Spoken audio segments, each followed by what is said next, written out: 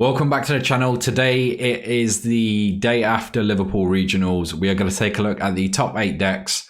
As much info as we can find online currently. Some players have released their deck lists. At least most of the top 8 have so far, or if not all of them. So we're going to go through them, break down some of the really interesting choices. A few decks, I think first place ran 22 one-off cards. Just looking at their supporter line is insane. I'm really interested to get into these and take a look at them properly, because obviously it wasn't streamed, so there was no VODs or anything for us to go through. So I'm really interested to look at these decks and see how they did on the day. We're going to start with deck number 8, or 8th place, I should say, David Rudhoff. He was playing Mew VMax, a deck which is pretty much a staple in this format. It's going to be one of the top decks. You need to be able to beat this deck. You need a good matchup against it. Because it is so dominating, there's just so many versions of this deck. There's so many decks of Mew you're going to have to play against. So you do need a good matchup. Unfortunately, his is one of the decks we don't have any information on, or what I could find using Twitter and other things. We are currently on the TCG stats, which I've used to track the tournament over the weekend. It's been super interesting. They've put out some really good stuff on how matches have went, the amount of decks played, some of the lists. So if you haven't, I would say check out their website, check out their Twitter. I'll put it down below because it's really been helpful this weekend with no stream, like I mentioned. So shout out to those guys. In at number 7, we've got Chris. Again, unfortunately, one we don't have a list for. He played Arceus V Star, Bibarel, Galarian Birds, which is one of my favorite decks at the minute. I do think it's one of the best decks in format. It just hits so many different weaknesses. If you don't know what it is, basically it uses the Arceus and the Bibarel for consistency and setting things up. And then the Galarian Birds like Zapdos, Galarian Moltres, not the V version. They just come in and take knockouts on weakness. Obviously, you've got stuff like Gengar, which is weak to fighting. Arceus weak to fighting. And then you've got the Darkness to deal with stuff like Mew. So basically, it just has good matchups against other good decks. But this weekend, there was quite a few decks which you might not have expected. Very similar to the Salt Lake Regionals, where decks have appeared that you wouldn't expect them to, and that might have thrown some of these players off, which have prepared for Mew, they've prepared for other things. So yeah, it's been a really interesting tournament from what I can tell, a really interesting top 8 in general. In at number 6, we've got Joe Bernard from Omnipoke. I'm sure anyone watching this already knows what Omnipoke is. If not, go check it out. It's one of the better YouTube channels for top lists, top tournament reports and all that stuff. I'm sure he'll do his own video on how the tournament was, but he was playing Rapid Strike Malamar. So I have got his deck saved down. It's a 4/4, obviously, of Inkay Malamar, your main attacker in this. He's got Rapid Strike Tentacles, which does 40 for each. Now, you don't discard them for each Rapid Strike card. So it could be Pokemon, it could be Energy, it could be Trainers. That's why you run so many 4-ofs in this deck. Just the one Tower of Water. I think that's okay. You don't need to do too much retreating normally. Although you could... I'm just trying to think what really could hurt this deck, honestly. Because Path of Peak has no effect. So yeah, I guess the one stadium's fine there. Okay, on the side you can't see. There's some Karinas, there's some level balls. There's some scoop up nets just to move stuff around, reuse a Drizzile and things. Yeah, it's a fairly consistent, fairly standard Rapid Strike Malamar list. I think it's super powerful at the moment, and we did see a few people play Urshifu, which does mean this is hitting for weakness, which does mean this deck does even better. This is obviously a really talented player. Really consistent deck, and one that performed well. It's one that also made it to the finals. We'll get into that slightly more in a minute, but obviously it just shows how well the deck did this tournament. It did actually play Urshifu in the final, so we'll find out how that went. But in at number 5, we've got Sander Wojcik. Hopefully I'm pronouncing that right. Apologies if not. The thing is, I've seen this player so much on social media and heard so much about him. I don't actually know how to pronounce his surname, so apologies there, but he played a really interesting deck. Now, I've been playing Zoroark box. This guy's taken it to a whole nother level. He's playing the deck more of a control deck, so discarding and moving around energy where you don't want it. I do think this deck is all kinds of genius. He does play a few lines of stuff like Cutiefly and Swablu so he can evolve without the need of the Zoras. That's why he's only got a 3-2 line.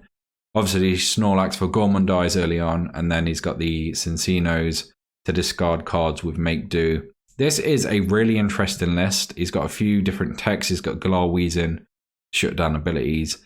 This Rabombe, is that how you say it? I've never actually said that Pokemon. I've never seen it played either. But basically, it can move energy around. So you could put it onto stuff like Crobats on the bench, for example, where they don't want the energy. And then you've got a few other versions which make stuff. It makes it harder for Rapid Strike and Single Strike to attack. This guy obviously hates special energy.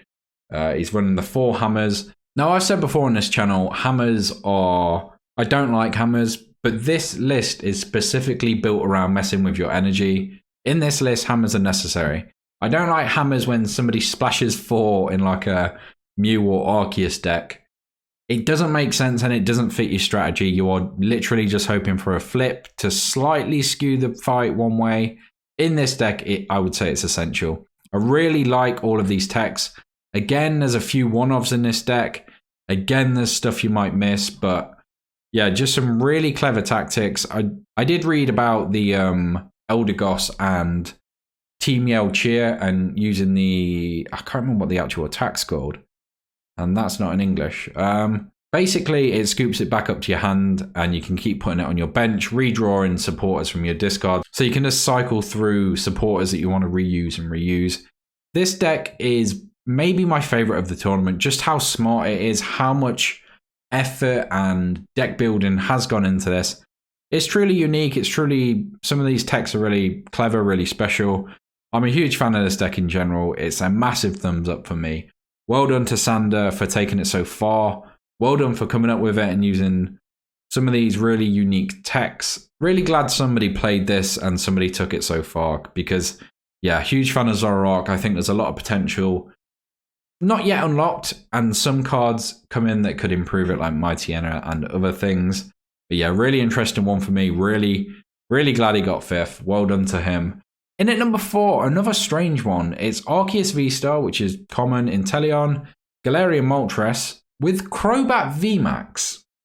Now, I get you playing Crobat so you can draw cards. Maybe the VMax is just an extension of that. I've never seen anything like it, honestly. I've never thought of playing it. But let's take a closer look at it, I guess. So I am going to quickly try... Okay, I have resized the screen for this one because he had a Ricky Martin picture. A sticker, I'm not sure what that is, but I needed that in there somehow. Again, a really interesting list. It is just the 1/1 Crobat. I can't imagine you need more than that. It's probably just to protect it, honestly. You can also get it set up.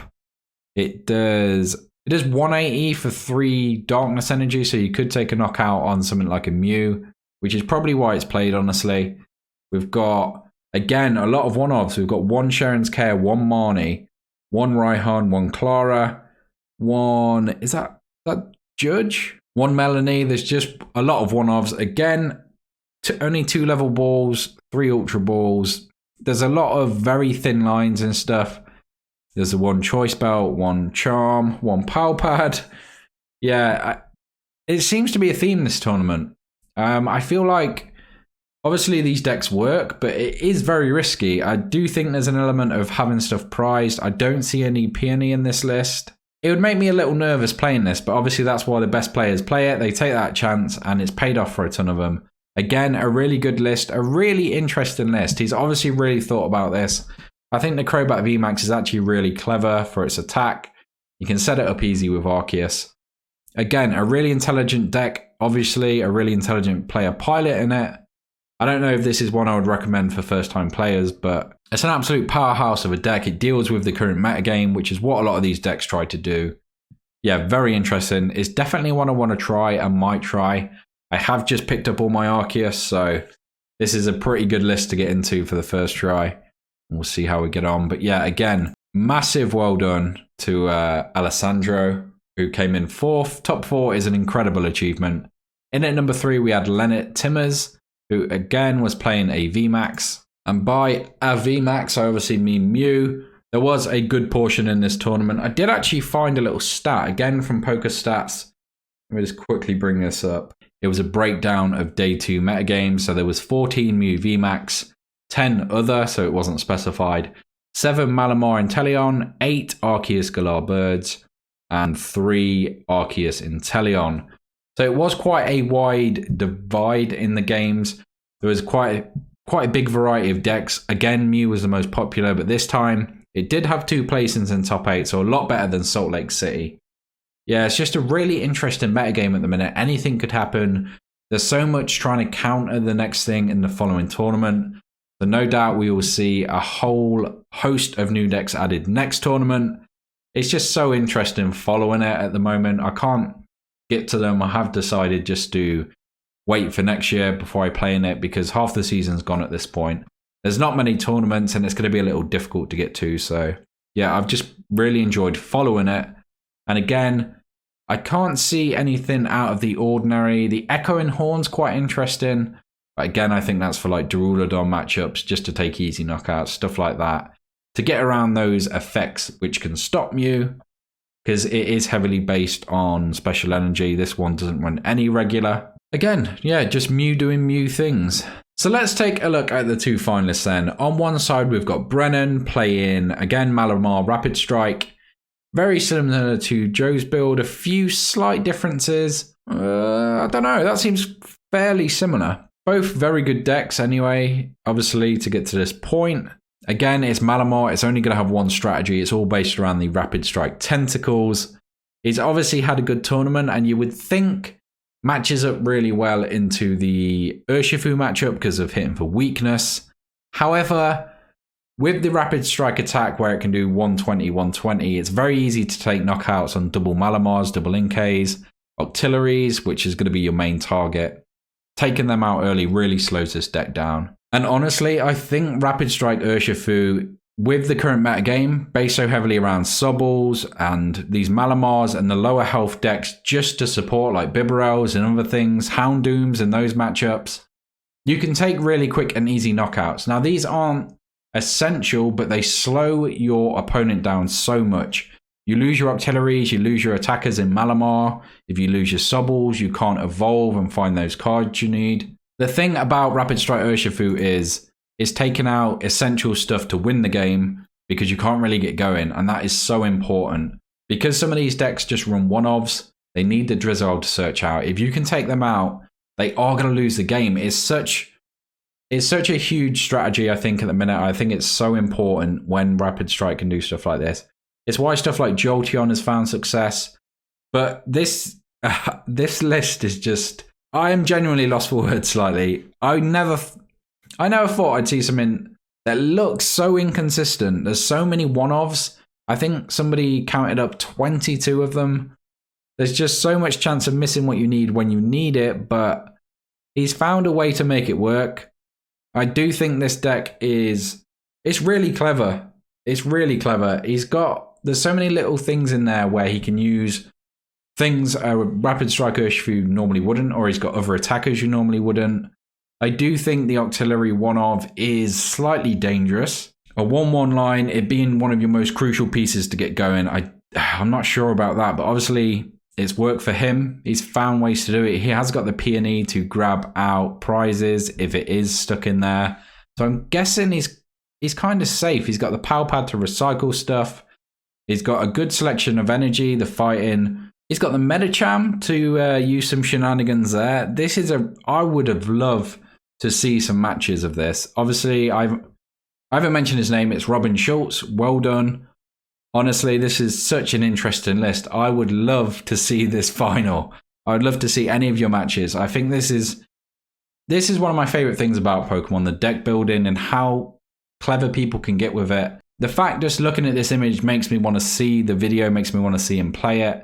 Is what a deck list should do. I think he deserves all the Twitter karma he gets for this. Seriously well done. Very inventive deck. I know a few of the other Limitless guys played similar, but yeah, it's just amazing. I honestly, slightly in awe. Deck building is maybe my favorite part of card games, honestly. Obviously the play-in is important and fun and trading and other stuff like side events and things, but the deck building is some of my favorite parts, and stuff like this just makes it shine. Well done to you, Robin. Well done to all the players. it was just super fun seeing so many people that I've met or friends or just people that I watch online or follow because they're good players make it to the event and do well. It's been so long since IRL events. It's just, yeah, it's a good time to be into Pokemon. The metagame is in a good place. The players are now in a good place as they're able to travel and play with friends again. It's just, yeah, couldn't be happier with the position Pokemon is in. If you've made it to this point in the video and you do want to see more Pokemon content or tabletop stuff in general, make sure you subscribe, make sure you leave a like, leave a comment. Let me know, and I will catch you in the next one.